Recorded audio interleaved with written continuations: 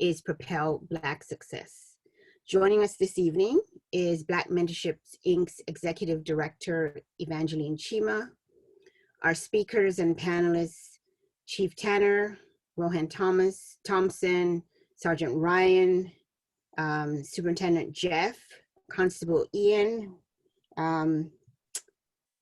sorry, I don't have the rest of the names, Nene, Akintan, Ernest, one's there, Sophia Brown Ramsey. So as we move forward, let's honor the land and territories that we stand on today. Halton, as we know it today, is rich in the history and modern traditions of many First Nations and the Métis. From the lands of the Anishinaabe and the Attawandaron, the Haudenosaunee, and the Métis, these lands surrounding the Great Lakes are steeped in Indigenous history.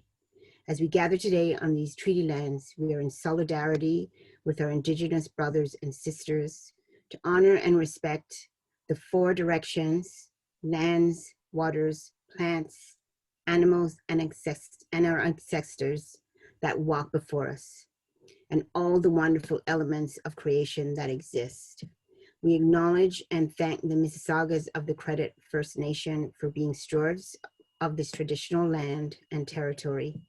At this time, I would like to introduce Evangeline Shima, founder of Black Mentorship Inc. But before I do so, I just want to go over some housekeeping for the evening. So for all the participants online, thank you for those of you who sent questions to us for the panelists. We will be going through those later on in the event. Please, if you have any questions or comments, please put them in the Q&A and the chat, and we will respond to those questions through the night. You will be on mute and for the evening, and you can see the speakers and panelists, but we will not be able to see you. So please feel free to share. We also want to speak about tonight as being a safe and respectful place for all to share. And we want to keep the night flowing that way. So Evangeline Shima. So I'm going to start with the professional side of Evangeline Shima, this powerhouse who I met last year in the middle of the pandemic. We've never met officially, but this individual's drive to help her community is so great. So BMI was actually born out of Evangeline's personal experiences with systemic racism and biases as a Black professional woman in Canada. So despite having a master's degree in informational technology services and diplomas in computer network and several other areas, Evangeline was not able to contribute at the senior leadership table as she wanted to.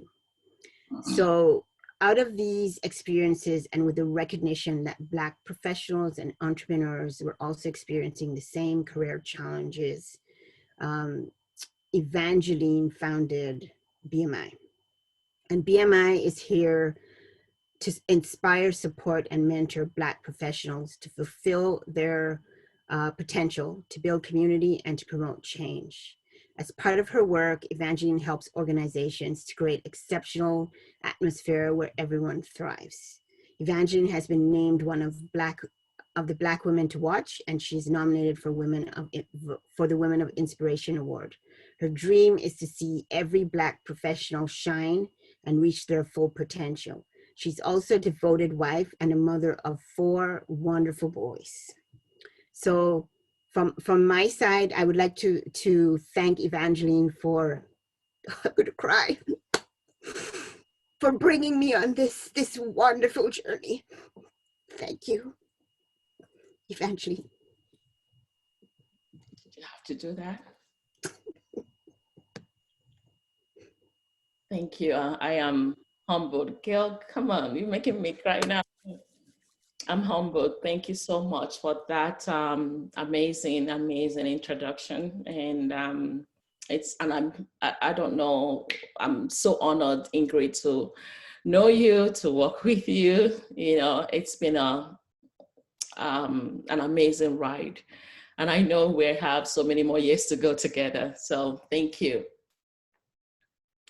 Creating atmospheres where everyone can feel safe to speak up is required to rebuild relationships and trusts that have been broken. Building communities, inspiring change, it's not an easy undertaking, but a critical task we have to embark to build the framework needed to propel Black success stories. Good evening, everyone. Thank you for joining us. In preparing for this session, we were asked questions like, why sit down with the police? What good do you think will come of this conversation? What makes you think they will be open to discussing real issues facing the Black community? Perhaps you are wondering why we are trying to foster relationships with those you may feel have wronged us. We are here today because we know that we must confront the social injustice of our communities. We must foster alliances and collaboration to achieve community advancement. Creating a safe space where people learn without fear requires courage and cooperation.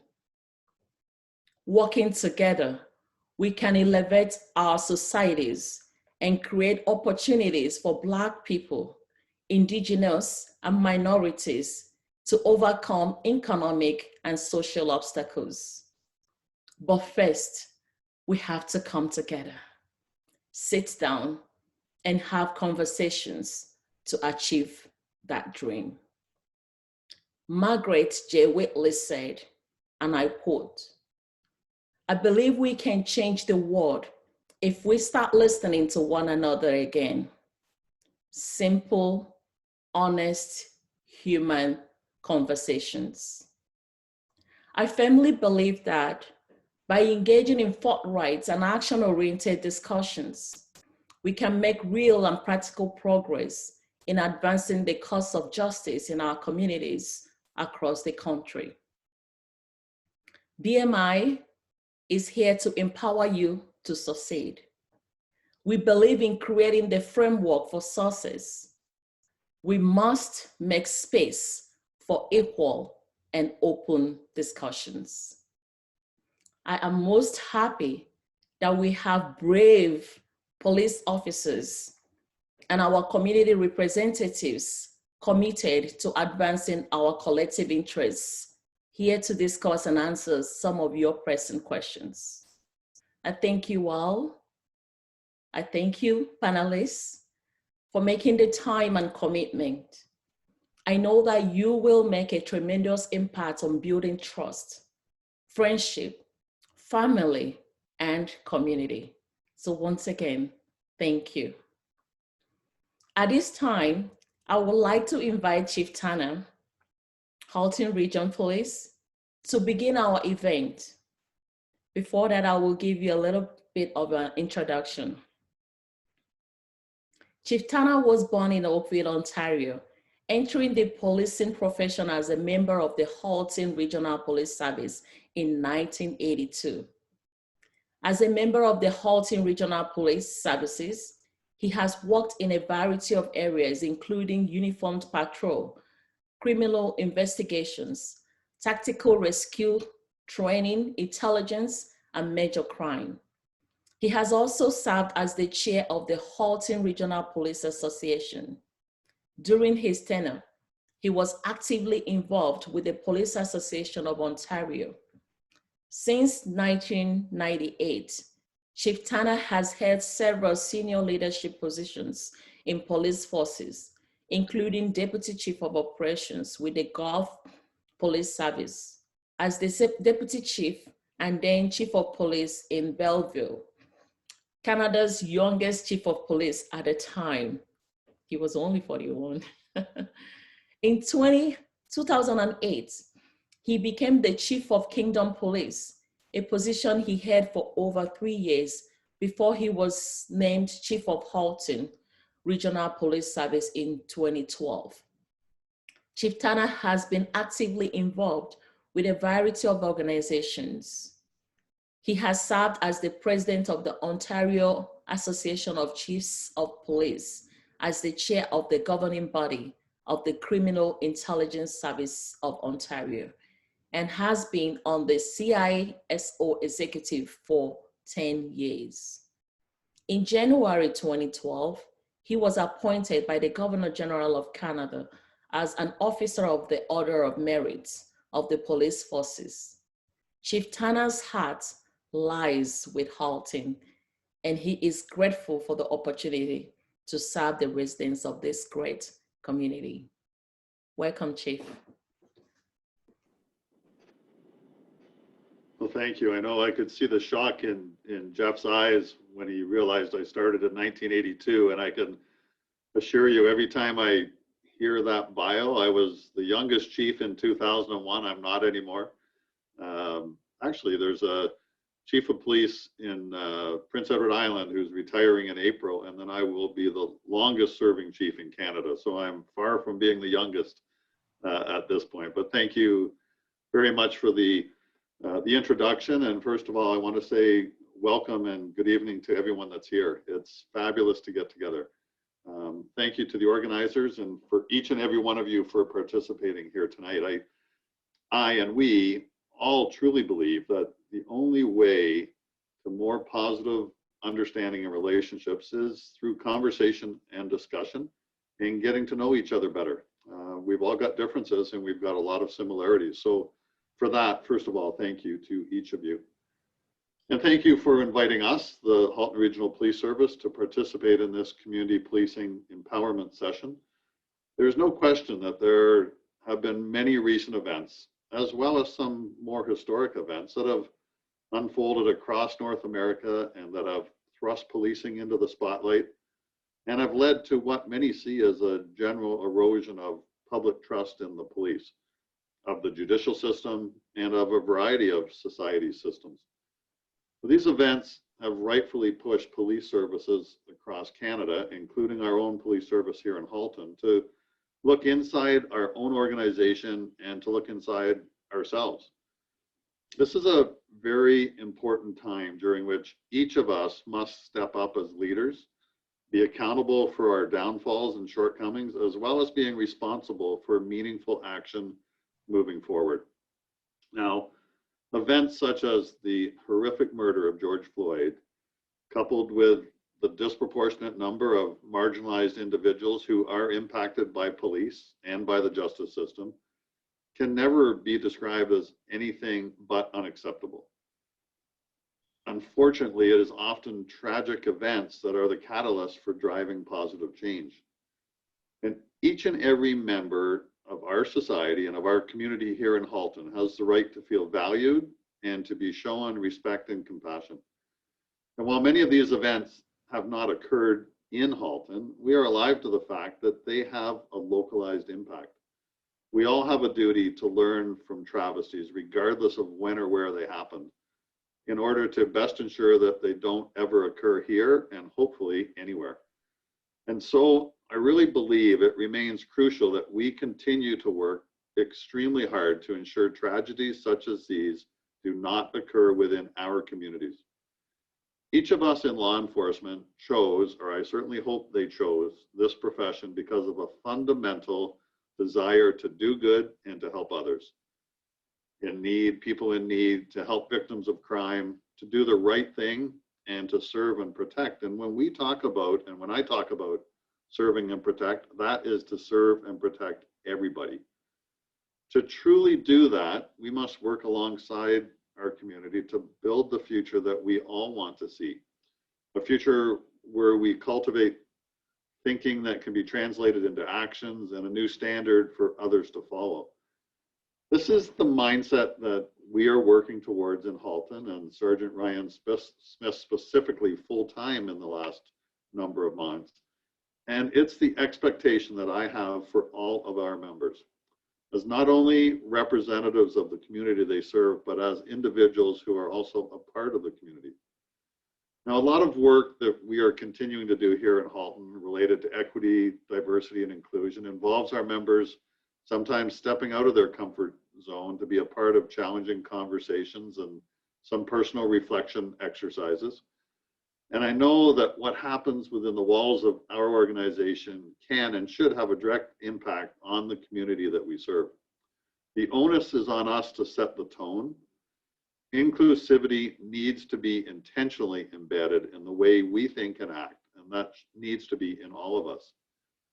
So we are grateful to have developed very strong positive relationships with many diverse organizations and groups across Halton. There is a true willingness to come to the table and engage in constructive dialogue. This is the starting point for any type of change or action, sometimes perceptions and understanding of each other, and is a privilege that we as a police service do not and will never take lightly. This is particularly true when it comes to Black Mentorship Inc., who has invited us here tonight. We're so fortunate to collaborate with you and with your team and are proud of the initiatives that we have and can steward together. The value of relationships such as these can never be truly measured. It is through meaningful partnerships that we can begin taking steps forward. We understand and acknowledge that some barriers exist between our police service, as with any police service, and those within our community.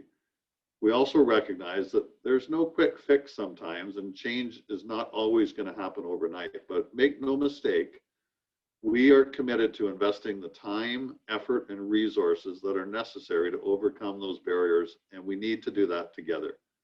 Like most things in life, the more challenging a task, the more rewarding, or perhaps the more important it actually is. So changes cannot be made in a silo. No one individual or organization can be, or should be even, responsible for addressing all of the systemic issues impacting our communities, and more specifically the BIPOC communities. This is why we have made a commitment to work more closely with the community we serve through strategic partnerships and empower us all. Tonight, we look forward to learning from your lived experiences. There's no better way to learn than from our own histories and our own experiences, and not forgetting history, which really should shine a bright light on Black History Month. The personal connections we make this evening, or anytime we talk and get together, are ones that each of us are committed to nurturing and to investing in, as we should.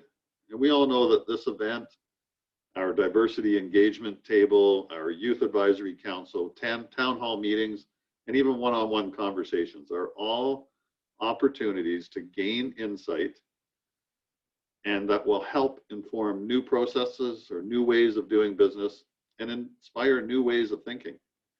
Each conversation has the capacity to move the dial towards a more inclusive community that is built on empathy and, most importantly, on understanding. So this is what tonight's event is truly about. It is about building a community that thrives because people feel safe coming together and forming long-standing and authentic, and it has to be authentic, connections. It is also about standing beside our partners, such as Black Mentorship Inc., and letting you know that we are here to support you and are determined to reach our goals with you. We're honored to be a part of this journey. This is exactly where we need to be and where we should be. So please know that your police service, the Halton Regional Police Service, is committed to continuing the work that I've spoken about tonight and honoring the fact that when each of us comes together, we can propel ourselves towards a better future. A friend of mine, a retired chief now, always used to say, no matter how big the room is, none of us is as smart as all of us. So on behalf of all of our members of the Halton Regional Police Service and the wonderful members that we have joining us here this evening, both sworn and civilian, thank you again for inviting us to this amazing event.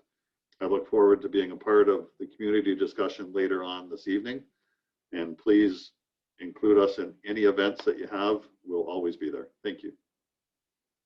Thank you. Thank you, Chief Tanner. That was excellent. So I'm now going to introduce Rohan Thompson. Rohan will be our keynote speaker for tonight. Rohan is a social work therapist and psychotherapist. He runs his own private practice, Breakthrough Counseling and Wellness Services. Although he works with all sectors, he specializes in supporting men and women from African, Caribbean, and the Black communities, either in individual counseling or group programs. Using a range of treatment methods, Rohan utilizes a client-centered, trauma-informed, anti-racist, strength-based approach. Rohan is also the Assistant Director of Equity and Community Relationships with the Peel District School Board, where he manages policy development, equitable hiring processes and programs, community partnership relationship building, and consults with senior leadership on equity and anti-racism matters. Rohan has also played a lead role in working with community partnerships and Black professionals in the Waterloo region to develop the ACB, African, Caribbean, and Black Network. Rohan is also a board member with North York Community Housing and a not-for-profit organization that specializes in community development and services for new Canadians. So tonight, Rohan will be speaking to us about societal and behavioral transformation within the community. Welcome, Rohan.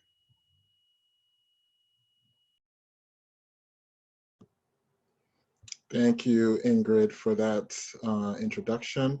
I just want to first say thank you to BMI and Evangeline and Ingrid for inviting me to join this esteemed panel and be a part of this amazing and needed and necessary conversation. And so yeah, I just want to express some thankful and gratitude for that. So, you know, societal and behavioral change. And so, you know, I sort of sat with this one for a bit and wasn't exactly sure where to go and where to take it. And so, you know, when that sort of happens with me, I start to think about things around, you know, the words and the definitions and what all of those things mean. But even before that, you know, the first thing that came to mind around behavioral change is, you know, why do we need change, right? It just can't be change for the sake of change. There has to be something driving us and compelling us to change. And so, you know, so for me and many other Canadians, we need to en masse as Canadians is to stop our self-righteousness that somehow our racism and anti-Blackness is nowhere near the level of the Americans, and hence we should not have a problem with Canadian racism and we shouldn't be talking about it. And so all of that is a lie. You know, as Canadians, as Canada, we are just as racist. We are just as anti-Black as our cousins south of the border. Our entire country, our history is rooted in colonialism, the enslavement of Africans, and our participation in the transatlantic slave trade. That is our origins, that is who we are. And we see this manifested in our laws, policies, systems, structures that govern every aspect of Canadian life. And so, as you know, Robert Maynard indicates in our book, Policing Black Lives, state-sanctioned violence is levied on Black people in every sector of Canadian society.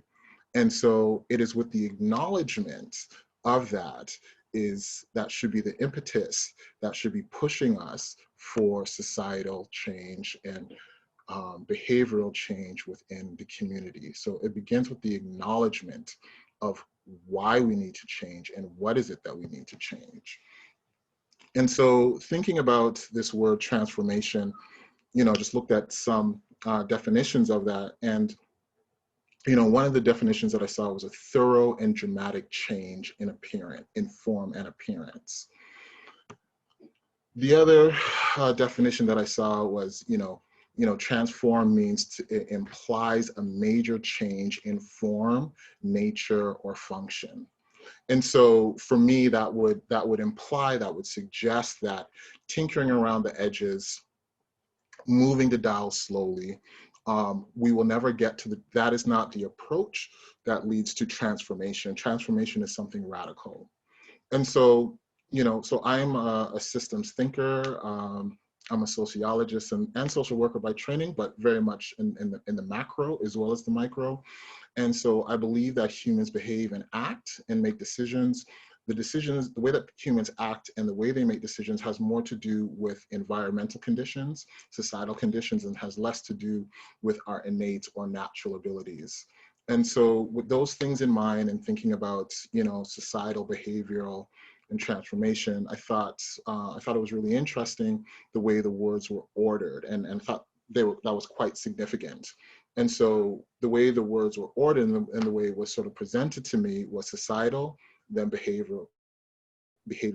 And so that would suggest that individual behavior and decision-making are informed or would change once we see a societal transformation first, right?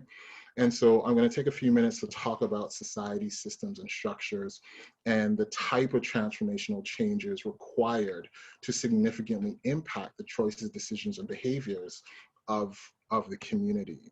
And so, I could sit here and talk about a range of institutions and areas in society. And, I'm going to take my turn with the criminal justice system. However, I think it's really important to note that, I could be talking about just about any sector in society, and what I would say would sound relatively similar, right? And so when we take a look at this system, I know that as African Caribbean and Black people are experienced, whether it be with the courts, policing, or prison, it is Black and Indigenous bodies that experience the worst outcomes with the criminal justice system. We are overcharged, over-surveilled, over-policed, and brutalized the most harshly. We say that with all, we see that with all things being equal, that when charged with the same crime that white people are charged with, Black people are consistently getting harsher charges and longer sentences. Pick your police service across the country, and where we have data, that policing service, the data will show that that policing service punishes Indigenous and Black bodies with little to no regard for our humanity. We see this in carding data and use of force wherever we have that data across the country. Recently, the Ontario Human Rights Commission published some data that showed that Toronto Police Services is 20 times more likely to kill a Black person compared to a white person. We've seen police budgets going up decade over decade when we have seen the crime rate consistently going down during that same time frame. All of this at the same time, we've seen funding for prevention programs, community-based funding, social services go down, even though the overwhelming data points to the fact that investment in community and prevention program leads to decreased involvement in the criminal justice system. We see that one of the fastest growing populations in the Canadian prison system is Black women, yet we hardly discuss this. At every turn that we see that the criminal justice system does not work for Black people. It dehumanizes us at every turn. This is a system that is in need of transformation, not reform, not tinkering around the edges, but rather radical transformation. And it's always important to note that the system operates the way it was designed. It is not broken, it is working exactly how it was intended. And so when I hear solutions bantered around in regards to Black community and police relations, I struggle a little bit with the dialogue, and I heard it a little bit in some of our opening remarks. And so, my comments here are not to be disrespectful of any of the comments that were said earlier, but rather to be a little bit more critical in the way we are looking to approach this topic. And I think if we're serious about this work, we have to be very critical of our analysis and the things that we say.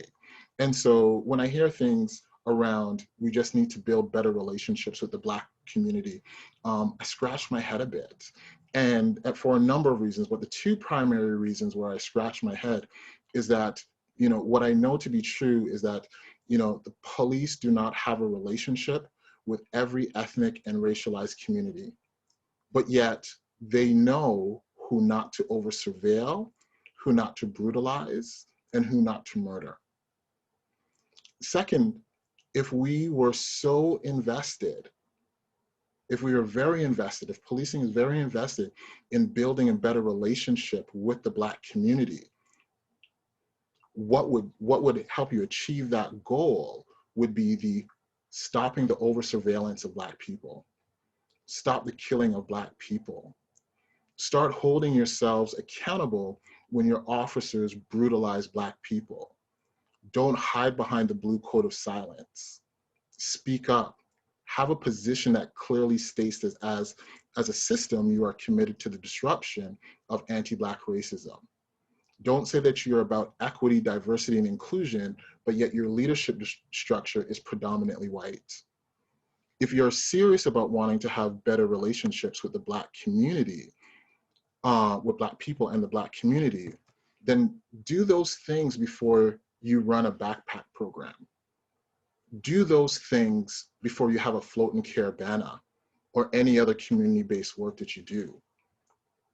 Hold accountable the officers who break the law and brutalize and murder and over surveil Black people. And so, as I mentioned, you know, I could talk about any other system. So this is not meant to, you know, simply put the criminal justice system or police sort of on trial. You know, all of the data is long and strong. And if we were to look at anti-Blackness across all the other systems, whether it be education, health, child welfare, immigration, employment, housing, I would have a very similar narrative to tell. And so, you know, I think, you know, sort of what sums up much of what I have to say here is in the Stephen Lewis quote of 1992, and it's 2021, and this quote still holds true. And so, you know, Stephen Lewis writes, first, what we're dealing with at the root and fundamentally is anti-Black racism. While it is obviously true that every visible minority group experiences the indignities and wounds of systemic discrimination throughout Southern Ontario, it is the Black community which is the focus. It is Blacks who are being shot. It is Black youth that is unemployed in excessive numbers. It is Black students who are inappropriately streamed in schools. It is Black kids who are disproportionately dropping out. It's housing communities with large concentrations of Black residents where the sense of vulnerability and disadvantage is most acute. It is Black employees, professionals, and non-professional of whom the doors of upward equity slam shut. Just as the soothing balm of multiculturalism cannot mask racism, so racism cannot mask its primary target. And so when we are thinking about transformation, all of our systems require a radical transformation because it is clear, pick your sector, pick your institution, it is Black people who are suffering the most due to no fault, no deficiency of their own. And so before I close out, you know, I also want to sort of turn my attention to my community, to Black people, African Caribbean and Black people. I just want to say loud and proud and unapologetically, I love Black people. I do. I know some people on this may take that as an opportunity to say that, you know, that Rohan hates other races. So just stop it now. And, you know, I have a love for all people. I have a love for humanity, but in particularly, I love Black people because all that we represent, and when we have the opportunity to self-actualize, it's an amazing thing to view and see and behold. And so for all of those reasons, I absolutely love and adore Black people. And, you know, for the Black folks on this call, I do have, you know, just some parting, you know, things to consider. And in that, even though we are the most marginalized group, not all of us in our group, in the Black community experiences anti-Blackness in the same way. And when, you know, when all Black people do better, we all do better. And while we're using our energy to dismantle anti-Black racism and white supremacist structures, let us also take some time to do better. Let us take an intersectional approach to our work. And yes, an intersectionality is a concept or a framework that was created and popularized by Kimberly Crenshaw, a Black female lawyer from the United States. And while some of us experience anti-Black racism and additional marginalization due to another aspect of our identity. So, you know, so what I mean is, you know, so Black men, Black people do better when Black women do better. So as Black men, we need to support Black women and disrupt patriarchy. Heterosexual, cisgender Black people, when we do better as a people, when Black LGBTQ plus people do better. We have to support their liberation struggle as well. Able-bodied Black people, we all do better. All Black people do better when Black people living with disabilities do better. We have to support that liberation struggle. And as Black people who have managed to acquire some status and wealth, understand that all Black people do better when Black people experiencing poverty do better. Thank you.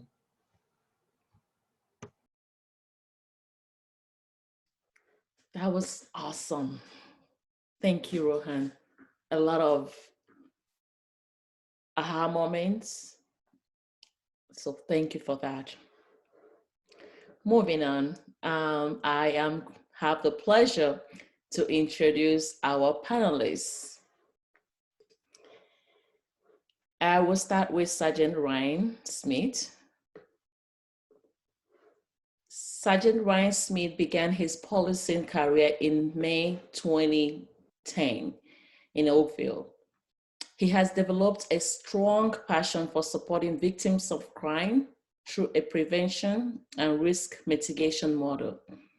He has overseen and developed several programs and initiatives designed to better support the diverse community living in the region of Halton. In 2019 and in 2020, Ryan took on the role of Police Services Equity, Diversity, and Inclusion Coordinator. Ryan understands the importance of community partnerships and is committed to enhancing community safety and well-being through outreach and collaboration. Superintendent Jeff Sandy, and he's told me I can call him Jeff, so that's good. He began his policing career with the Halton Regional Police Service in August 1997. Jeff has held assignments in a variety of units, including the Chief's Staff as the Diversity Sergeant. Throughout Jeff's career, he developed a profound appreciation for the importance of supporting our communities through collaboration and mobilization. During his assignments, he has made contributions to service delivery enhancements in the areas of incident response, training, and professional development of sworn and civilian members, mental health response, and diversity, inclusivity programming for the service.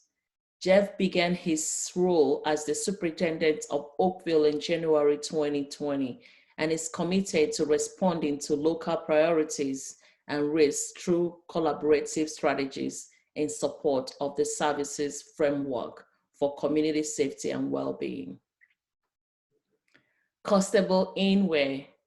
Ian began his career in policing in 2007, originally with the Toronto Police Service, moving to Halton Police in 2016. Ian has held several positions during his career. In 2015, Ian was the architect of a street outreach program where local officers and street outreach workers were partnered up to divert at-risk members of the community from the criminal justice system and instead connect them with social programs better suited to meet their needs. Ian has also contributed to the creation of the Halton Region Police Service Black Internal Support Network. The Halton Regional Police Service Black Internal Service Network was created to use the lived experiences of Black and racialized officers within the division to raise awareness of issues faced by racialized members of the community. Through education, mentorship, and open discussion, the BISN works to meet this goal. As a member of Halton Police and a resident of the region, IN has seen the benefits of community and police partnerships and the resulting improvements in our community. I will now move over to our community members and a brief introduction so we can get going. I'll start with Nene Judy Akintan. Nene is an entrepreneur, mentor, speaker, author, realtor, advocate, and more importantly, God's unique creation. Nene grew up in a family of hardworking folks who modeled integrity, compassion, and a spirit of excellence throughout their lives. Nene embodies these qualities as an exceptional leader, an excellent strategist. Nene is currently on the board of Black Chamber of Commerce, and she is the founder of I Am. Nene, how do you say that again? I am. I am, I can, I will. And she founded this awesome foundation with her 2 children. Ernest Namdi Onora. Ernest grew up in Nigeria, but now lives in Mississauga, Ontario. He is a financial service risk consultant, author, speaker, and a career coach. He has worked at consulting and financial service firms, including Access Bank, PLC, PwC, TD, RBC, BMO, and Home Trust Company, where he was AVP Operational Risk Management. He currently operates www.asteliacorp.com, a risk Thank you. A risk training and consulting firm. Okay, I got that through. I got through that. All right. So we're going to go into our discussion of the evening. And I'm going to really start by, Ian, I'm going to come to you really. And as you know, I'm sure you're aware, these past weeks, there has been a lot of anger, disappointment, untrust surrounding the Black Heritage Cultural Police Cruiser Initiative. Some in our Black community has called this initiative absolutely disgusting. People feel this initiative does nothing to address decades of abuse or unfair treatment by the police. As the member of the newly founded Halton Police Black Internal Support Network, what is your response? You know, when the idea was first tabled by one of our members, we had the conversation as a group. Essentially, the BISN is not just myself or the other leadership. There are nearly a dozen of us right now, with more coming on board. Anything that is tabled, we speak about the group. So a lot of the things that the community has spoken about in their opposition to the contest, we spoke about within the group. And I think ultimately what it came down to is the need for representation. So I know my own personal experience. First year university, I can remember walking down, I don't know if anyone's familiar with the St. George campus of U of T, walking down the street there, they have banners on either side of the street with faces of notable alumni. There were no Black faces. 4 years of university, I never had one Black teaching assistant, not a Black professor. And that sort of stays with you, that lack of representation, that lack of not seeing Black faces in a positive light in that area as well, right? Flash forward, I am a police officer, and I am at the Association of Black Law Enforcers, the Gable Organization gala, their scholarship gala. And we see a vehicle from York Region Police that is adorned with faces of Black heroes through history. And there's something that sort of makes you feel that you're represented, that you're appreciated when you see your face on something in a more positive light. Because we know, as far as media representation goes of our community, it is not always positive. All right. So as a group, we discussed that.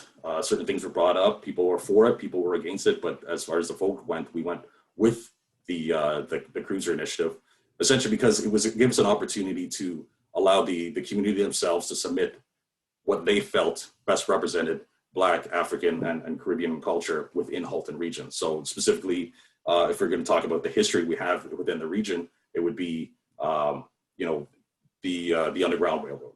You know, we have a historical Black church on Lakeshore in Oakville that not many people knew was one of the destinations of the Underground Railroad.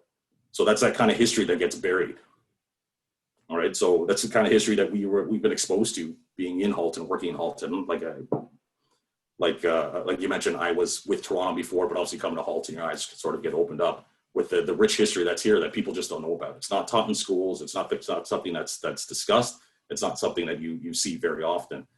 This was a way for us within the service to show the history, the proud history that we have here, that we're not simply, we're not here along for the ride being pulled by other groups. We are the history of Halton region. You know, we have agency, we're a part of the fabric of this community, and we should be represented as such.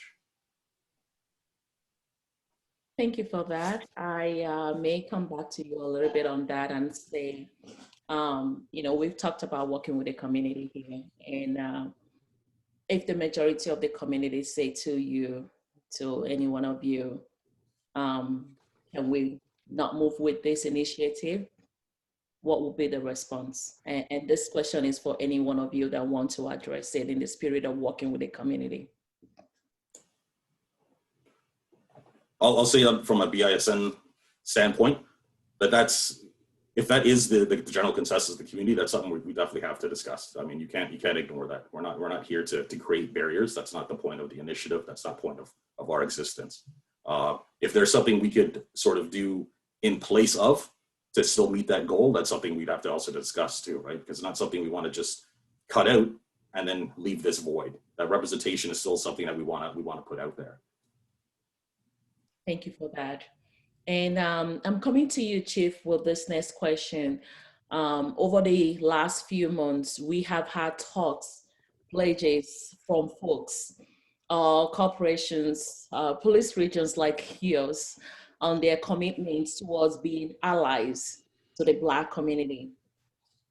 I have also noted some of your tweets indicating your support to the Black community, suggesting your openness to work with us. What does allyship mean to you? And what substantial frameworks have your region put in place to back the talk and ensure you build and cultivate successful allyship, both within your organization and with the Black community? Well, thank you. I finally got my unmute button there just in time, but and I just wanted to step back to the Cruiser for a minute, because I think what we're looking at, and what I'm partly looking at, is we always talk about education being such a big part of understanding. And we also do have, and sometimes even other police chiefs and police officers from other jurisdictions describe Halton being different in some ways. Sometimes we talk about the Halton bubble when it comes to crime rates. We're very fortunate. And Ian, you probably notice differences being a police officer in Toronto and being here in a variety of different ways. But there's also a lot of community groups, the Canadian Caribbean Association of Halton, for one, who are very supportive of this initiative and standing behind it, as are others, and Ryan would have the details financially even to support it. So I think we need to learn. We've talked about this before. Black history should be a lifelong thing. It should be in our high schools. it should be in our public schools. I learned nothing about Black history when I went to high school here in Oakville. And I've talked, I think, with some of you before. There were 2 Black students at Purdue High School with 1,200 people in 1973 to 1978. Things have changed quite a bit, but that education is so important. And when it comes to the allyship, I think there's an internal part to it. We have a variety of internal support networks, including the one that Ian was just talking about. We have one in our LGBTQS community. We have one that's starting up for our women in policing, because that's another very unique area. And we as an organization need to be behind every one of those, because if we don't authentically believe in the importance of every person being equal and having rights and being, like, in a work organization, everyone needs to feel as comfortable and at ease and to be themselves. That's why our internal parts are so important.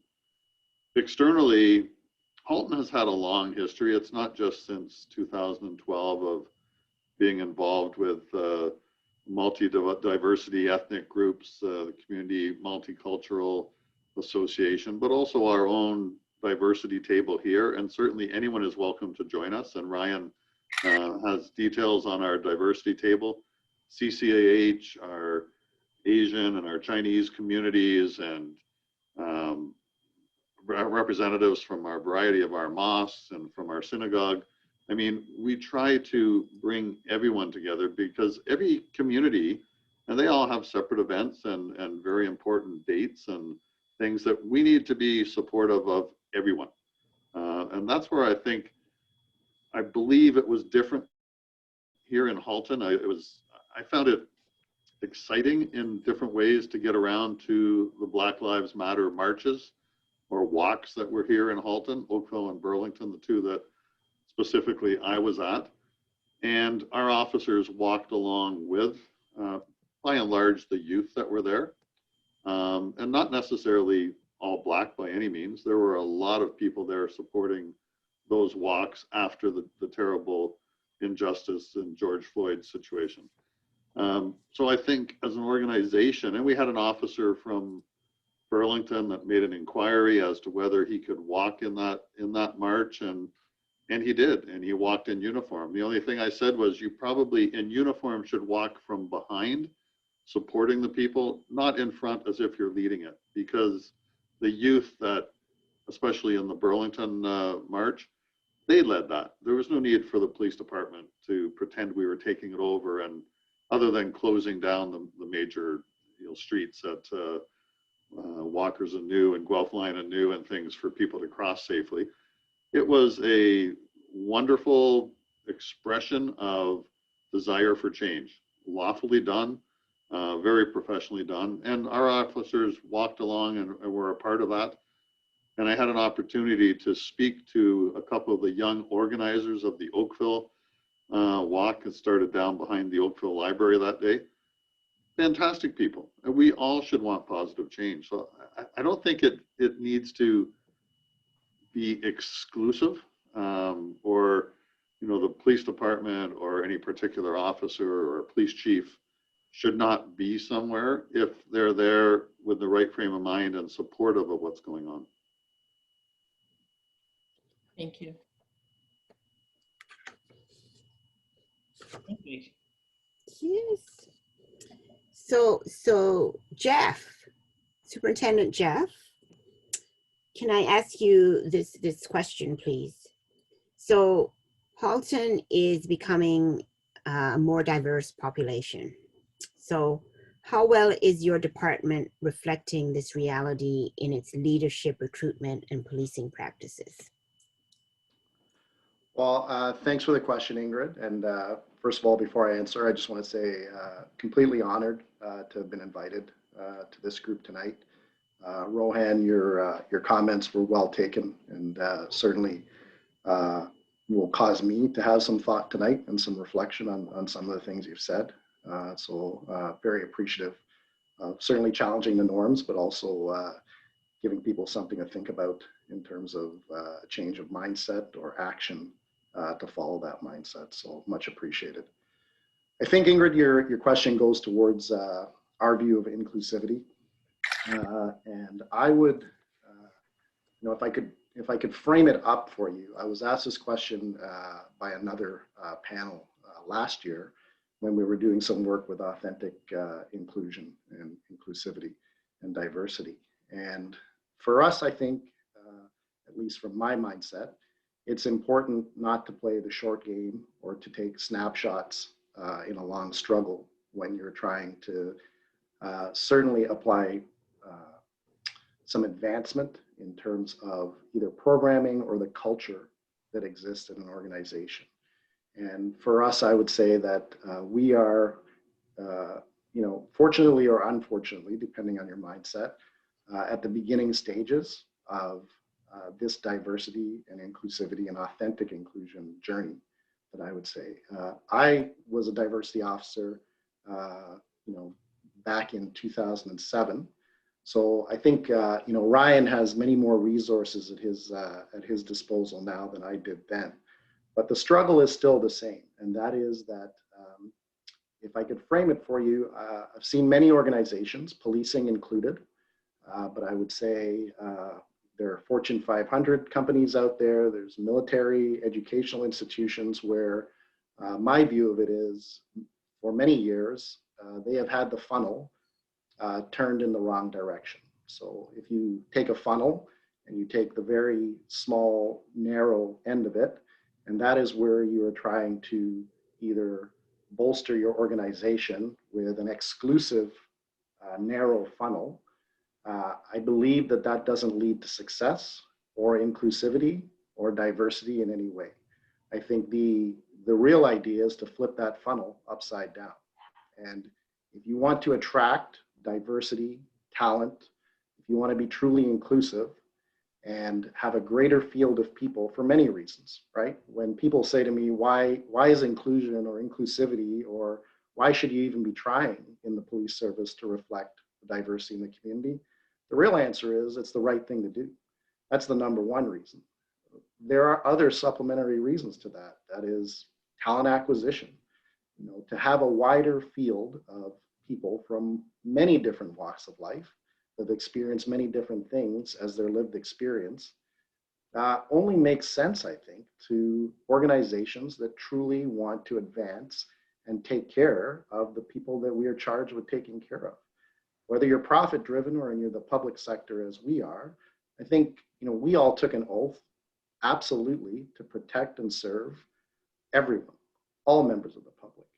And if we are falling down as police organizations or police officers by neglecting any of those people, then we have to pay attention to it. We have to pay attention to the sectors that we are neglecting.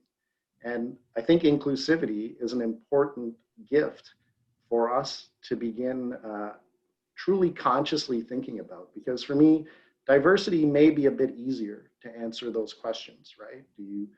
How many people from this community do you have working for you? How does your senior leadership reflect that? And they can be answered sometimes with statistics or quick analytics. Inclusivity takes work every single day.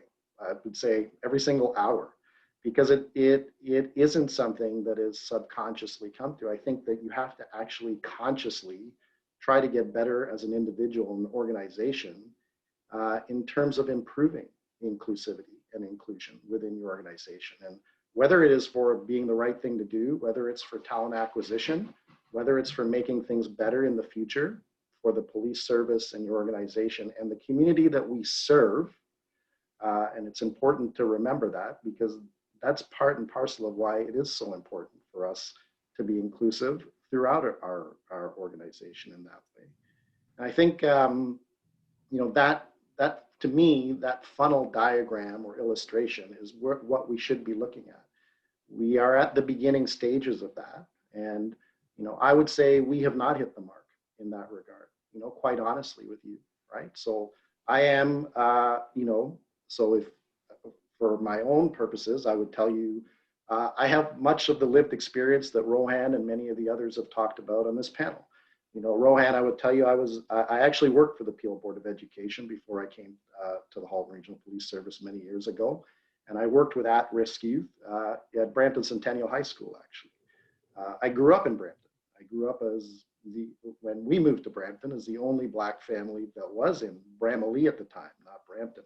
So, that lived experience is perhaps even more important than my rank in the service right now, because it does inform certainly my discussions with Ryan, Ian, the chief, and others within senior command about the importance of being inclusive throughout our rank structure and jobs within the service, and to be inclusive and to actually give it thought, right? And it requires champions, I think, within the organization to push those thoughts and that action forward, right? Because I really do believe that,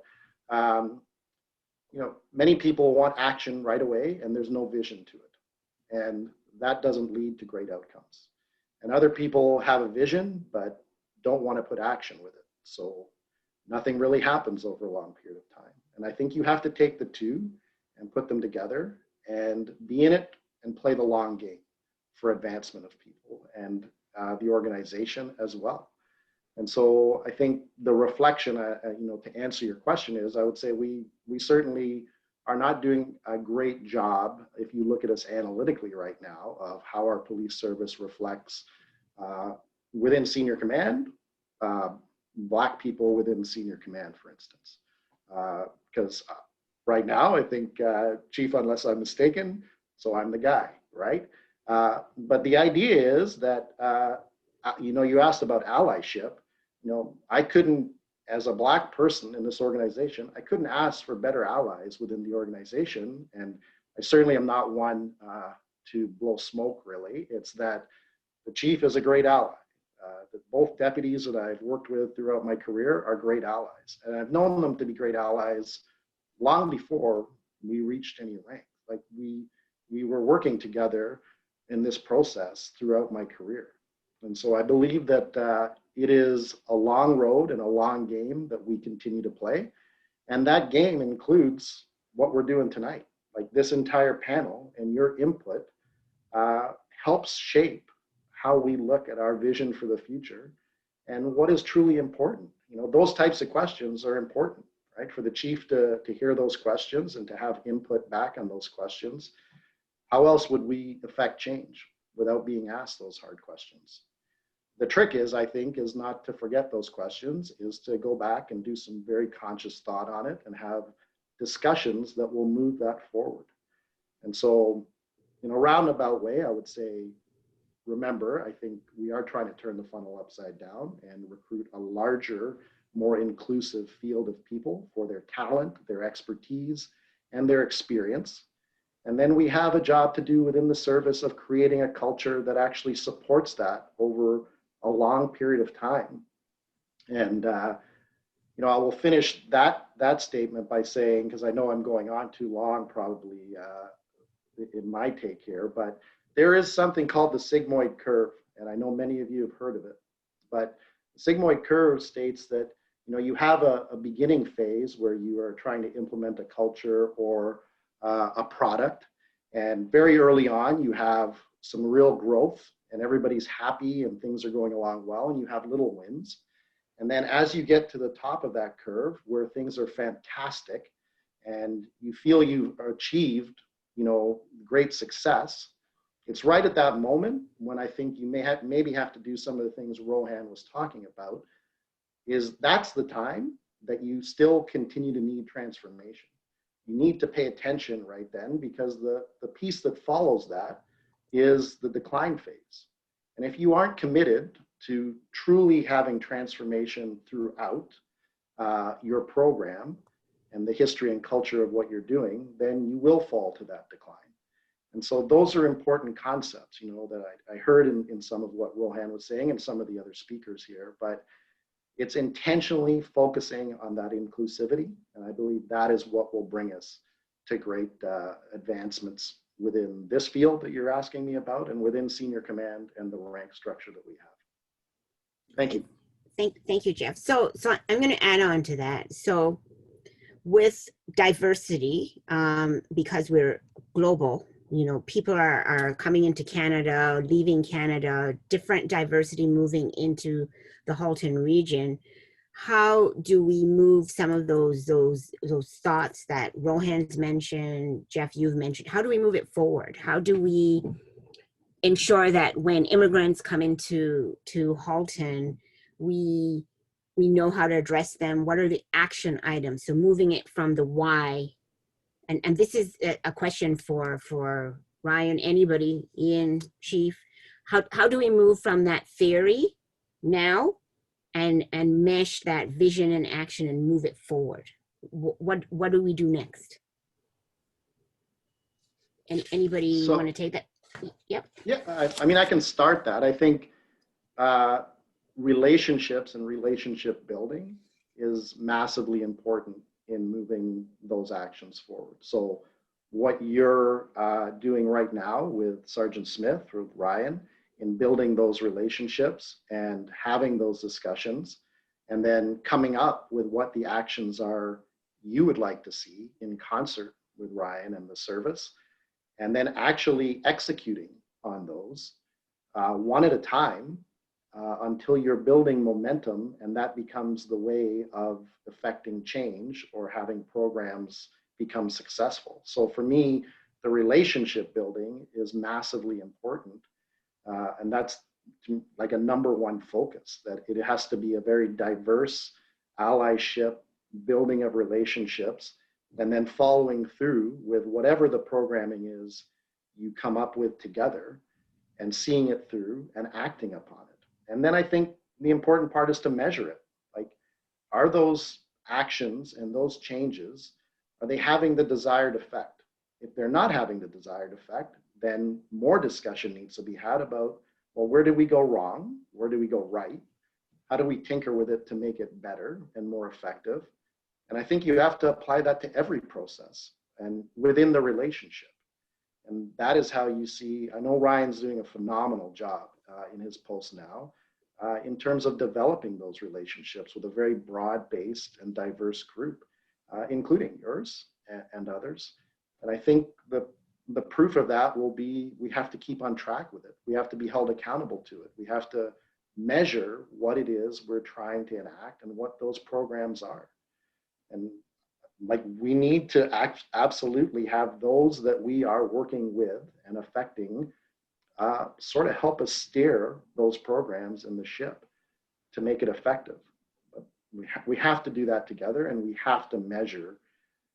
There's no point in doing something that's not really having an effect, or what the effect for the greater community we hoped it would be, and just doing it for lip service or to put it out there cosmetically.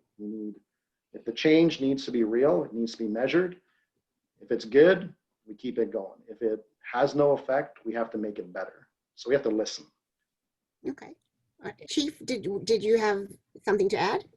Yeah, I think one of the main things, and not everyone shares this view, but I can tell you I do, and that is we are richer because of diversity. And there are some people that fight against immigration laws and fight against people coming into countries, United States or Canada. There's Canadians that don't want Somalian refugees to come here to Canada. We normally, in a normal year without COVID, would have and Ryan would have been integral, and he will be, hopefully, in our huge police days that we host here at headquarters. But more importantly, there's one which is specifically designed for new Canadians. And the Halton Multicultural Council certainly is big in that, and getting the word out through our different diverse communities to new people here in Canada, either that have just become citizens or have just come here to Canada and haven't even had a chance to think about becoming Canadian citizens.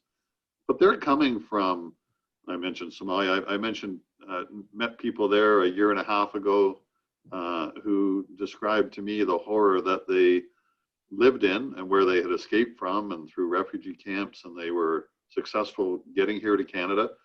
And then there is a real education, I think, on, especially when it comes to policing and what policing represents in some different parts of the world, where it is, extremely corrupt, where it is more military, that's not civilian policing, it's really more military, and there's some leader that's dictating what the police services do.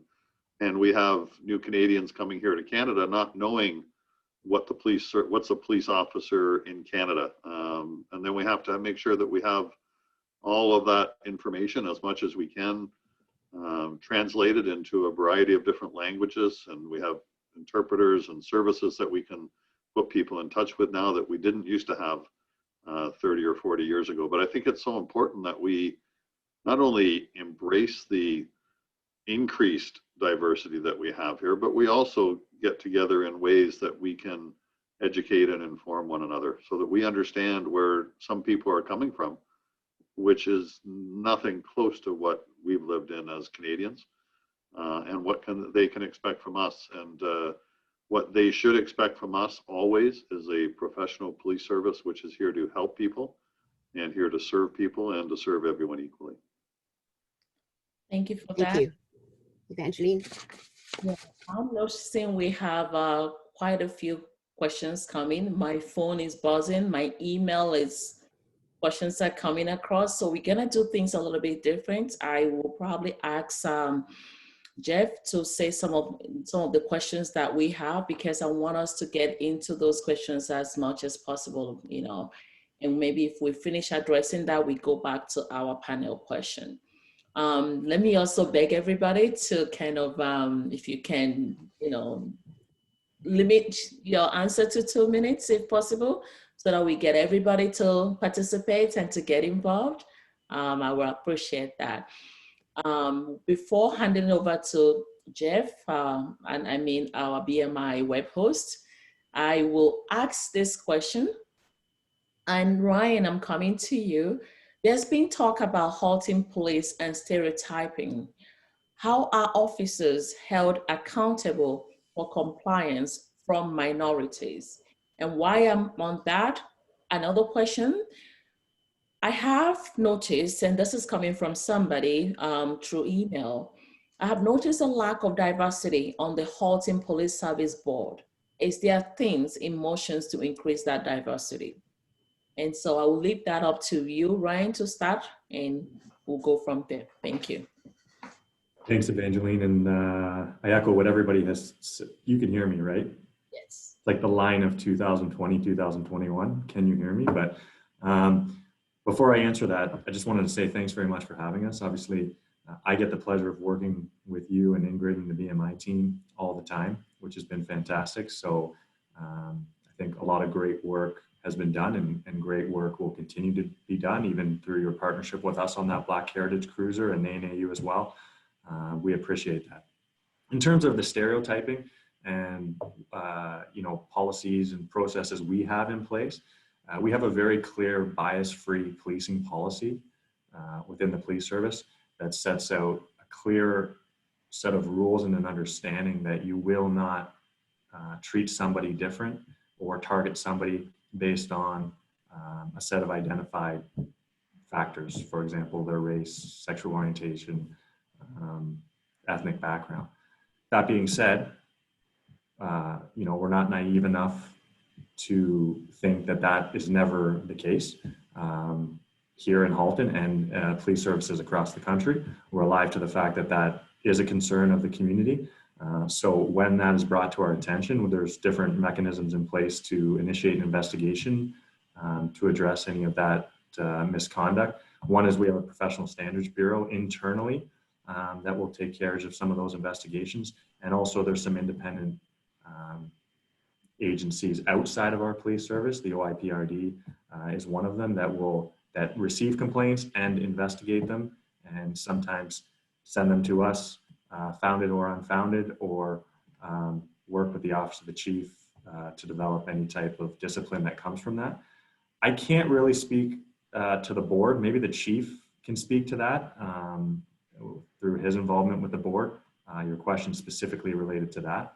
I don't know if the chief, you want to No, certainly. And not a lot of people understand the Police Services Board typically for a regional or a large service our size is composed of 7 people. 3 of those people have to be appointed by the province, So they have been appointed, all three of them within the last year or so, Kurt Allen, Don Foster, and Navneet Sikhan, who is a diverse lady business person who lives in the Milton area, but she's very new to the board. And then three members come from regional council. Gary Carr, as the chair of the region, gets one of those seats if he chooses to. So he just came back onto our board a little while ago. And then Jeff Newell from Oakville and Clark Somerville from Halton Hills. Regional council is about 21 people, where those three people have to come from.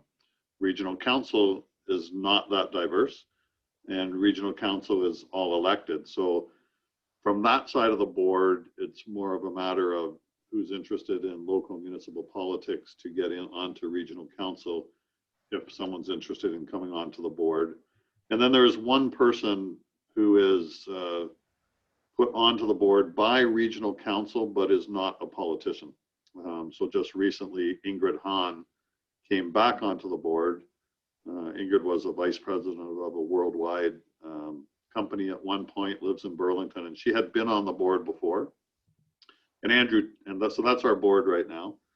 And Andrew Terrell, who I was speaking with today, was one of our board members for about 3 or 4 years, and he was appointed by the province, and then that appointment ran out. And you know, there's politics in all of those things. So when the provincial government switches from liberal to conservative or whatever it does, usually different people are appointed. So you're not always there forever if you're appointed by the province. But that's what the makeup is. Thank you. Ingrid, go over. Go ahead. Okay, Nene, this question is for you. So let's talk about the media and systemic racism a little bit. And so the question is, media often influences unconscious bias, and we probably need a session all on its own to talk about that. But can you give us, from your perspective, what that does to the fabric of family and community, and the substantial proportion on the impact of our young people? I know young men in particular who often get enmeshed in the social media responses to systemic racism. So thank you for that question, Ingrid, and thank you for having me, BMI and Evangeline, and I'm honored to be on this esteemed panel. I'm talking about the media and systemic racism. A lot of the times, like I tell my kids, I'm like, what you immerse yourself in is what you speak or profess or imbibe. So we all know how the media stereotypes. I mean, we see it on TV, we hear it on the news. We all know how the media stereotypes minorities, especially Blacks. And we know how, and speaking from my family, I'll use my family as an example. Prior to George Floyd's killing, I used to say to my son is 18, I used to say to him, when you're driving, when you're going out, no, not when you're driving, he couldn't drive then. When you're going out with your friends or you're going for a walk, make sure your hood is not on. Make sure you put your hood down. And why do I say that? I say that because the media has shown Blacks wearing hoods as a bad thing. So it comes from the media. It comes from the videos that kids watch. It comes from so many things. But my point is this: when the media continues to highlight and stereotype certain people as being something or being a certain way or a criminal or whatever it is, then we have a problem. Because even though the policemen like Ryan and the chief is saying, and Ian and Jeff, even though there's all that training, there are the laws that say, oh, you're not supposed to treat people in a certain way. That unconscious bias is already within you based on the system. Rohan talked about it. The system is created, unfortunately, because of colonialism and all of that. The system is created, I'm going to use this loosely, to work against Blacks. I would have said minorities, but we're talking about blacks. It's created to work against blacks. There's so much stereotyping, and the media is a part of this. So now with my kids, I no longer tell my son not to put on his hoodie when he's driving. He can drive now. I don't tell him, I don't say to him, don't put on your hoodie when you're driving, because as far as I'm concerned, he shouldn't be code switching. He's 18, he's black. He shouldn't be one thing with his fellow blacks and another thing when he goes out in public. It's too much. It's too much for black kids, especially the youth, to have to do this kind of thing. And there was something that I read. I was actually listening to How to Be an Anti-Racist by Ibrahim Kendi today. And he talked about the fact that Du Bois said there's something called dual consciousness. So you're one thing here and you're another thing there, because you have to live up to that. So society sees my son is black. Society sees my son as a threat. And so he has to act in a way to prove to society that he's not a threat. Why should he do that? The media has something to do with it. A white kid doesn't have to do that. A white kid can wear a hoodie, put his hand down there and walk outside, and he's not going to be stereotyped or profiled. Like Rohan was talking about profiling. Black kids are over-profiled, especially the males. He was talking about it, and they're over-profiled. So the media, I mean, I'm going round and round, but the media has a lot to play, but there has to be the intentionality, like Jeff was saying. The police has to be intentional about the efforts they're making. They have to be intentional to be inclusive. So it's not about, like Chief was saying, having different initiatives. You can have them, but are you intentional about making sure that they work? Are you training the officers so that this media stereotyping and media, whatever it is, doesn't infiltrate? It has already, but so the police can kind of, by train your officers not to stereotype as a result of what you see in the media. And I'll end by saying 2 weeks ago, I was pulled over by a policewoman. She said I was doing 90. I was like, oh, really? Okay, sure. I asked her, I'm like, why did you pull me over? The look she gave me was like, how dare you question me? So she takes my driver's license, comes back, and I said to her, I said, was I really doing 90? She's like, are you saying, this was how she responded, are you saying that I'm lying? How can the relationship between the police and the public be better if I can't ask you respectfully, why did you pull me over? Or was I really doing 90? So Chief Tana, Ryan, Jeff, Ian, I know you guys are trying your best, but you have to get to know us. You have to be intentional. You have to not just hear our problems. Rohan said it. He said everything. There's nothing more to add. You need to understand what it is really. You're not black, you're white, but you have to be intentional. So media, police, please try not to believe everything you see in the media. Thank you, Danae. Rohan, I'm going to throw it over to you since Danae has dropped your name several times. What do you think?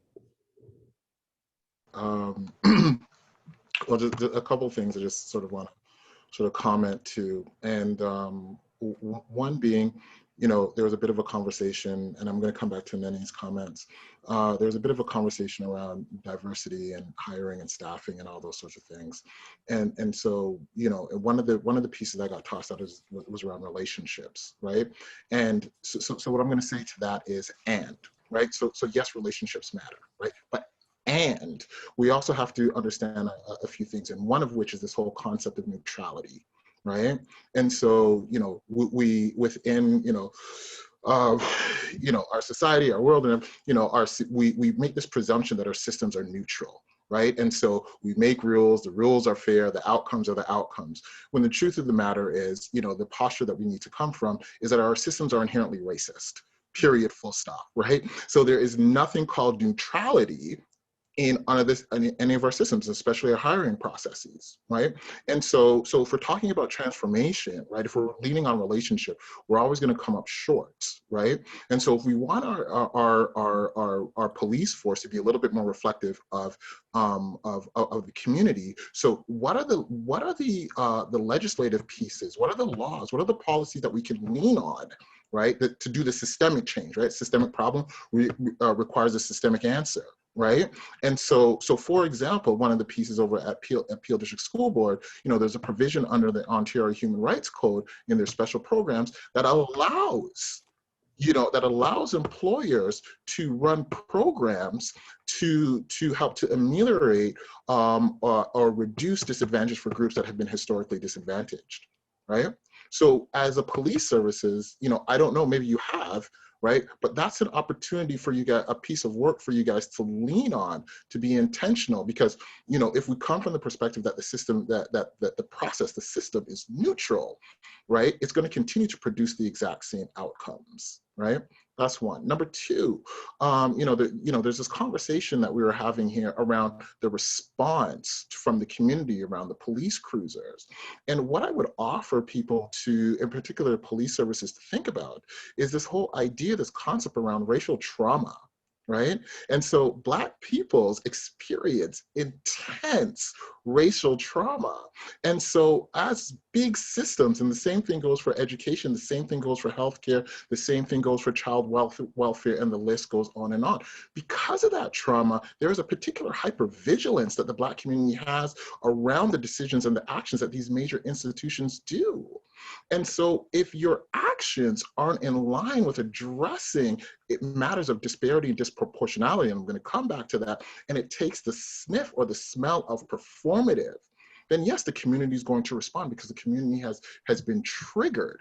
And that trigger is rooted in a particular trauma. So we have to hear that and understand that, And so, the next piece around, what do we do and how do we do it, and what should be guiding the work that we should do? Well, this is where the use of, I think the Superintendent Jeff spoke about the analytics or the disaggregated race-based data, right? And that absolutely should be where we're beginning from and what is driving our decisions, right? And we have to be relentless in order to address those disparities and disproportionalities, right?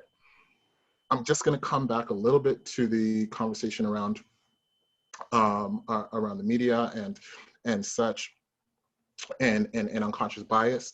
Ingrid, you said, hey, we could have a whole session alone on unconscious bias. I just think it's really important to pair the conversation of unconscious bias with the concept of power, control, and dominance, right? Because if we don't, I think we come up a little short.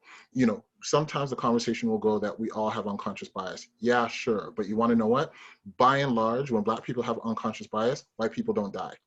Right? Like, that's just kind of how it goes, right?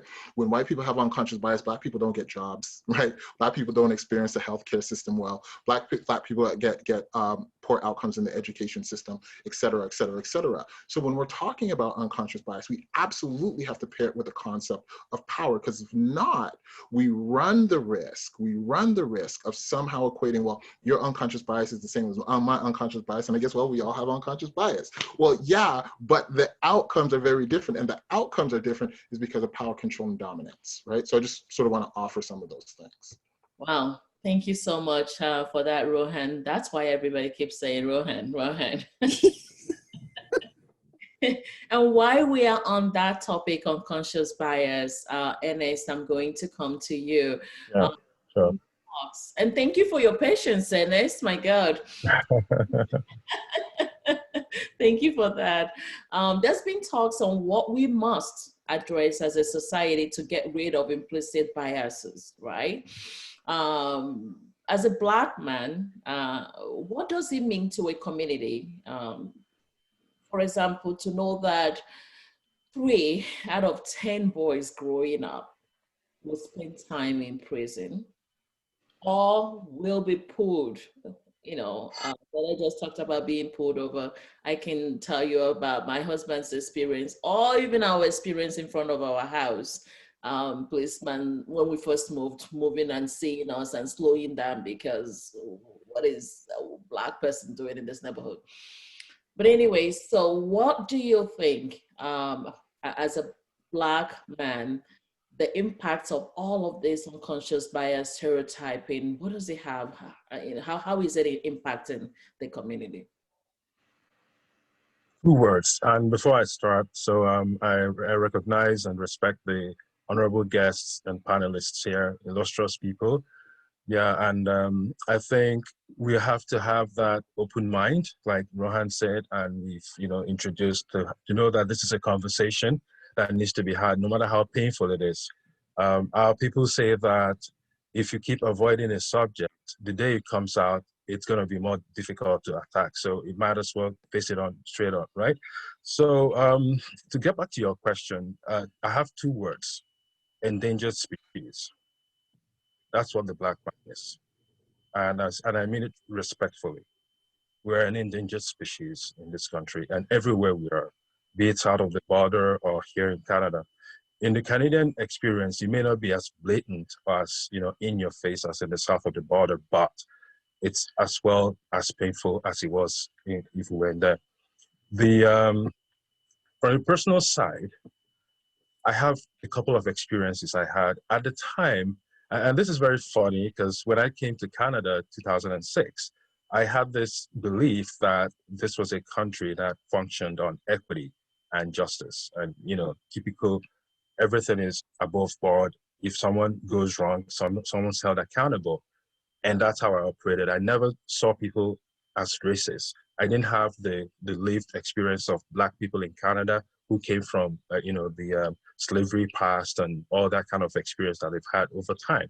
So I came from a different experience and I didn't have that, knowledge and insight. But I had to lose that naivety very fast because I first got into that experience with being pulled over the border and being told to wait, and my kids being subjected to questions, asking them, who is your daddy here? Who is your mommy here? Right. So I was really mad, but my wife was very smart. She held me back and said, relax. They just, but she knew that it wasn't just their job because, I mean, what's the point? These are my kids, my passport and theirs is the same last name, everything. So that aside, there are other instances, even beyond the policing aspect of it, in the wider society, you find that the door is almost shut every time you go. We read about it in news, like Nene mentioned about the stereotyping in the media. The negativity there is beyond the pale. Even when there's good news coming out of the Black community, it's not given as much airtime as it deserves, as the negative news is giving. So we find that there's a disproportionate emphasis on the negativity in the community, as if it's only Black people that have that in their culture. My belief is that if we don't have accountability, nothing is ever going to change. And I'm going to cut to the chase on that topic. To Rohan's point, it's not just about relationships. It's not just about having diversity or having intentionality. I think if people are not held accountable for their actions publicly, it's not going to change the dynamic in the long term. Because my background is financial services. In financial services, there's this sense of accountability. You set the tone from the top. If the leader is not walking the walk, the people lower down the ranks are not going to change behavior. So, and to wrap it up, I think from that perspective, that's something I need us to look at from a police services perspective. Let's ask ourselves, do we really want to change this culture? It's not just training. We have to start holding people accountable and the rest will follow. Thank you.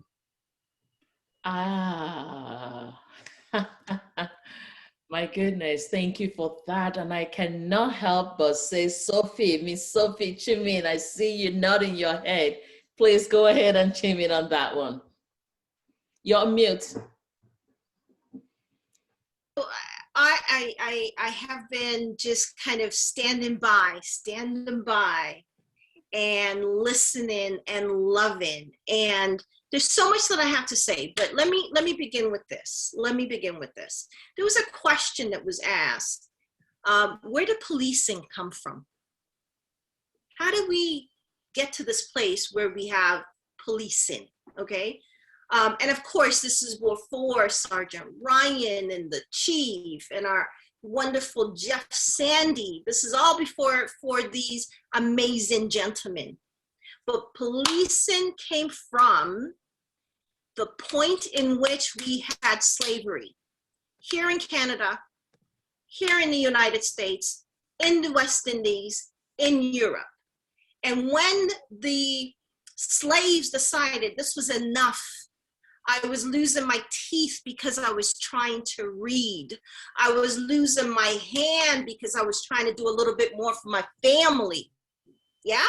I was losing my life because I suddenly became too old to be in the field, or I wasn't relevant enough to be in the house slave. Yeah? Policing was there because I decided to run away, and I had to be found, and I had to be hung. So a couple things happened to me as I watched and participated and enveloped this talk tonight. Chief, I want to say to you, I honor you. It's a very difficult place to come on this talk and hear there's some pain here, there's some trauma. Okay, and so I know, being my white counterpart, it's not going to be easy for you. But I'm saying to you, we're not here to blame or shame, nothing at all. What we're here to say, there's some opportunities that you might have. And Rohan hit it in terms of, okay, there's some decision-making pieces, and this is where my big girl panties come on and your big guy boxers come on, because you're in charge. And you can say, you know what? No, we need to hire some folks. We need to have folks in positions of power. We're talking about our young kids, and we want our young children, we want our young constables to make sure that they're folks in positions of power, the Jeffs that look like them. And Jeff, I'm not gonna lie to you. I love you, and I say this so much with love. This comes from my grandmother, love. I say this, but when I looked at you first, I hear this. Okay, I'm gonna say this with love. Don't get mad at me for this. But I am gonna say to you, I didn't think of you as a Black man when I first looked at you. And so I'm saying to the chief, and I'm saying you utilize Jeff, and you say, who are there out there that we have to train up? Yeah? Who do we have to train up to make sure that folks are looking like Ian? And Ian is absolutely right. When you look at something like this idea of the cruisers, Peel did this last year. Help me if I'm wrong, you guys, but Peel did this last year. But 2020 and 21 is so different. George Floyd has happened. We are expecting more from our leaders when we come up with what do we do to make sure we're showing Black folks that you matter. So my daughter, and this just happened 2 days ago, I was out with my daughter, we went to the store, this was before the little storm kind of thing, or maybe it was yesterday. And we're in the car, and we're not far from the grocery store. We just went to the grocery store, get a couple of things, and we're coming back and we're approaching our street. And there are two cruisers, there are two cars, cop cars there. One, the police officer has parked, and he and his fellow officer are talking in another car. And Chief, this is what happens. And Black folks, if you can just back me up on this, when you see a police cruiser, something happens within us. My daughter, young, loves everybody. Everybody matters, all this kind of stuff that happens with them, because they're young folk. They look at life a lot differently. But she got that. She froze up. There's something that you feel because you don't feel listened to. You don't feel that you're heard. You feel that you're less than. So Chief, I'm saying to you, And I'm, you know, if I can help you in any way, my brother Rohan spoke as he's a sociologist. I'm a sociologist, but we have to do things differently. Rohan comes from a place where he can have you grip you and understand from that policy perspective. I'm gonna come to you right now from a mom. I'm coming to you as a sister. I'm coming to you as a friend. And I'm coming to you because Ingrid is on this line, and something that I learned from her mother when we talked about community, Mrs. Wellington, who brought up my son. We have grandma babysitter, which is Mrs. Wellington. And Mrs. Wellington knew that if you wanted to make changes around you, you had to reach into the community. Yeah? You had to bring folks together. And that's what I call her mom. I love her. This is what she did for us. She made sure she brought things. She was there to build the community, to build that communication. And Ryan, you're absolutely right.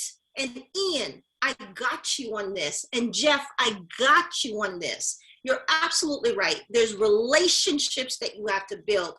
But my brothers and my sisters, you must hear what Rohan is saying. The time has changed. Black folks need to recognize themselves in this place that we call Canada. Because we've all contributed. We've all done what we needed to do to build this country. Yeah? And so this is up to all of us. It is no longer okay for a Black person, particularly a Black woman, who is university educated, college educated, to make 60 cents on the dollar to my white counterpart. It's not okay. But it's only going to change when persons that are in positions of power decide that they must reach beyond what seems possible at this time, what seems, you know, in that place where there's going to be less issues. I need you to pass the issue. I need you to call the Rohans of this world. I need you to call the Nenes of this world. I need you to sit with Ian and let him speak power to the issues, because he can. And he may not want to. And Ian, I don't know you, and don't get mad at me because I'm speaking about you like this, but I have a husband who happens to be Black, and he doesn't work for the police, but he is in the same kind of field as you. And so if you can imagine, this was 1995, our son was 3, and he worked with TTC, and they had their own, you know, police, you know, special constable. And my husband was working undercover. And so he had been in a situation where he was dealing with, you know, a person that was a criminal, sorry, yeah? And wrestling with this person, you know, on the floor. And so the police shows up. And who does the police try to arrest? And it's my husband. And I don't know about this until my husband comes home. This is our first apartment. We're, you know, young couple trying to do our thing. And he comes in, and my husband, and Ingrid knows him, he's in tears. This is not a man that does that. He's in tears, goes right to our son's room, picks up our son. And I'm like, babe, what's going on? And he is coming to that place where he says, my God, I don't want my son.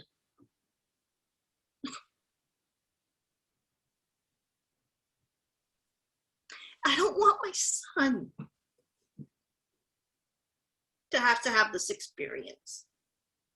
So Chief, I'm loving on you, and I'm asking you to utilize your power, because that's the difference between a Black man and a white man who may even be in the same position. We have no power. I need you to extend some of that power to us. I say all of this from my grandmother to Ingrid's mother with so much love and affection, that together, when we come about community, you know, just building that community piece, we can do this together. Much love to all of you guys, and thank you for the opportunity. Thank you, Well, Phil. thank you. Let me say, first of all, you're not supposed to make me cry, but it's probably a little bit too late. So, you know, that is what you think, that might make it difficult for me for some reason, but it doesn't, because that's what we're here for. I don't want any young child, Black, Indigenous, or otherwise, to feel threatened by the police because they see a police car with lights on. I mean, everyone should feel that those officers are out there to protect them. We've had that going on for the 40 years that I've been in policing. You know, moms and dads come up to me when I was a young officer with a young kid, doesn't matter what diversity or not, and say, if you get in trouble, this police officer is going to come to our house. Not if you're in trouble, go to the police officer, right? So, no, I absolutely thank you for your words and what you just said, and Rohan and Ernest and others, because we do need to learn not just about each other, but about our own realities of what we grew up in. Yeah. I'm nervous when there's a police car behind me. I don't know why. I honestly don't know why. If I see them ahead of time and I pull in to talk to them, of course, everything's okay. But there is a psychological part of a police car, and I've been stopped in the United States. And I can tell you that when I'm stopped in the United States, and I probably was speeding, it's lights on, window open, hands at 10 and 2 o'clock, and I'm nervous. So I get what you're saying from a whole different, greater perspective. Yes. And we have to make that difference together. And I think there's one other thing that I want to say too, and I'm not sure where everyone lives or where you're working in Peel and Toronto or Halton, and sometimes we're naive in thinking we're different. I hope that we're better in some ways, because that's what we strive for. Jeff Sandy ran our training bureau and our human resources department and recruiting and training for quite a while, and did so many wonderful things in training. And there's things going on there now on implicit bias, and it's always been about de-escalation. And that story doesn't get out enough. But we also need to hear when there is a problem with an officer.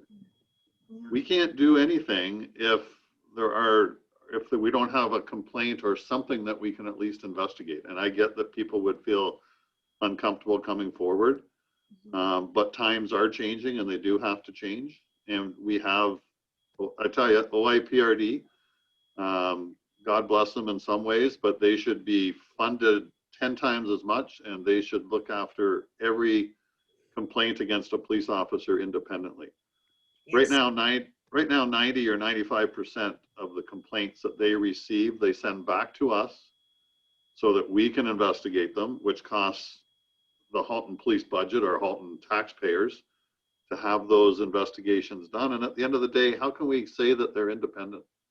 So push on government to make those investigative bodies independent, and let's send people to tribunals that are independent.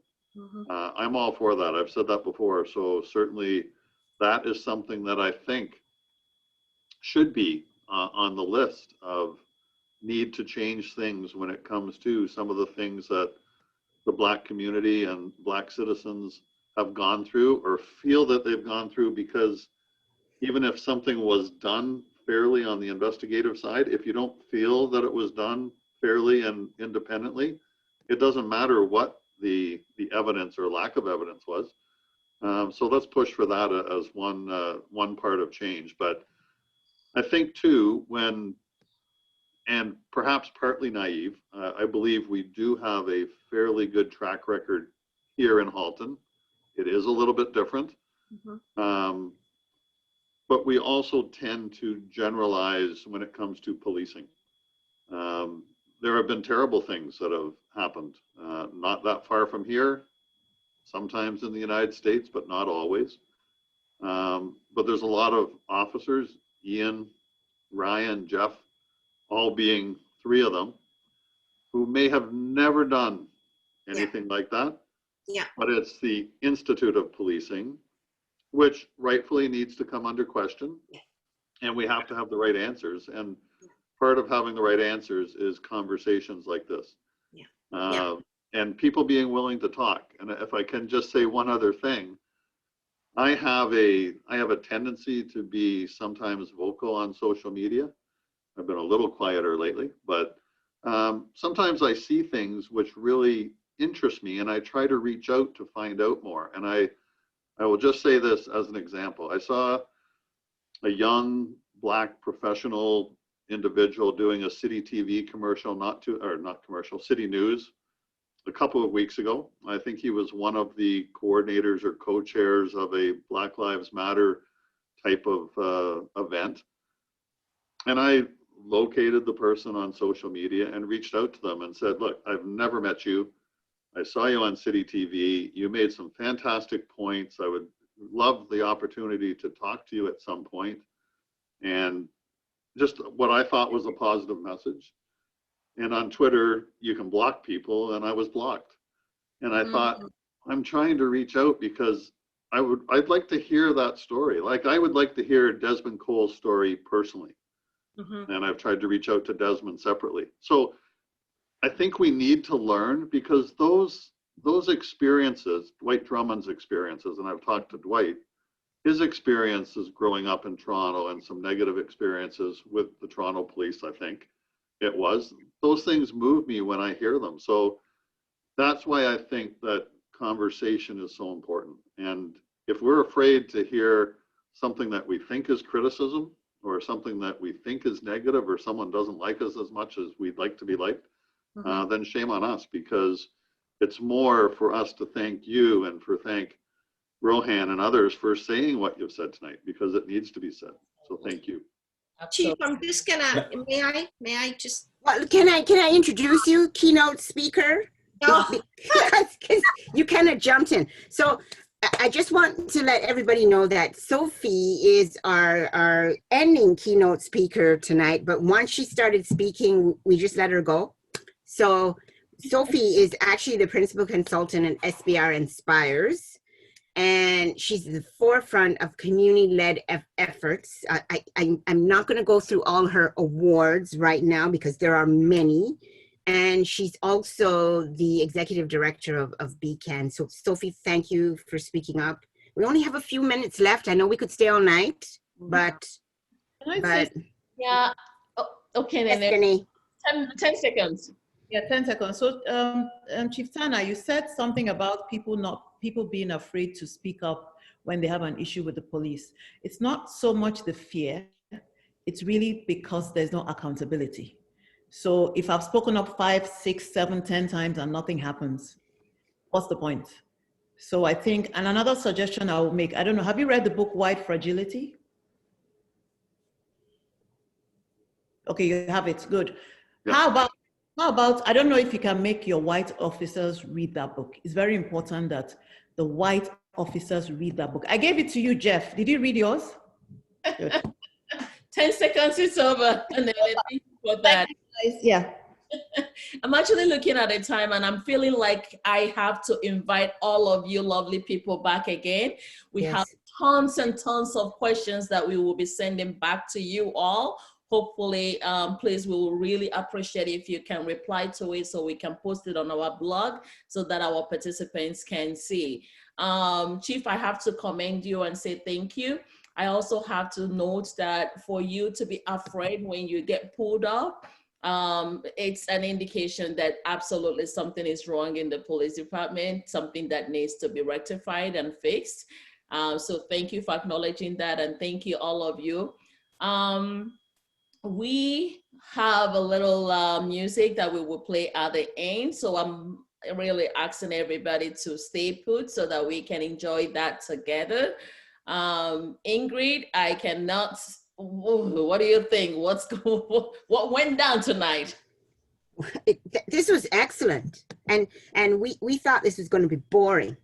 This was, all of you, amazing. Thank you so much for participating. Ryan, are you still scared? Was it bad? Awesome. It was awesome. We'll be back. You know that. You know we support you. Excellent. I appreciate you, Ryan. Jeff, BMI host, I think you should be getting ready to share with us the music. And Rohan, Inene, Enes, I need to hear more from you guys. So trust me, there's gonna be a part B on this. I think it's needed. I think you all need to come back so that we can address some of the lovely comments and questions people have. But I really thank everybody. Chief, go ahead. 1 second. Sophia and Rowan, you already have invitations to connect on LinkedIn, so don't let me down. Listen, we'll always connect. I will completely connect. And I know Rohan, he is somebody who understands the underbelly of the things that we're dealing with. And Chief, you got to look at me when I say this to you. I say this to you from my grandmother's heart, Selena Stewart. She was this trapped in Black woman, you know, just very, they called them handsome back in the day, you know. But this was someone that embraced folks, that recognized and saw that there was some issues with an individual and brought them in. And so I'm asking you, Chief, bring us in. Bring us in. Let us walk in with you. Let us share. Let us share that power. There's a power piece. That's the difference that happens with the Black community and the white community, European community. That is why there's a racial reckoning across the world right now. Okay, because there is a division in power. You, my dear, who happen to have been the youngest when you got started, and here you are still. Here you are still doing your thing. We want you to embrace this with us and ask for any help that you can, because we will do that. Trust me. Absolutely. Thank you so much, Sophie, for that. And like I said, you're coming back, Miss Sophie. I need to hear more. And everybody here, thank you so much. I can't thank the audience enough. Don't forget to donate to our cause. That is how we continue to bring our services and sessions to you. And follow us on our social media pages. Visit our website, www.blackmentorshipinc.ca. And your moderator, Evangeline. And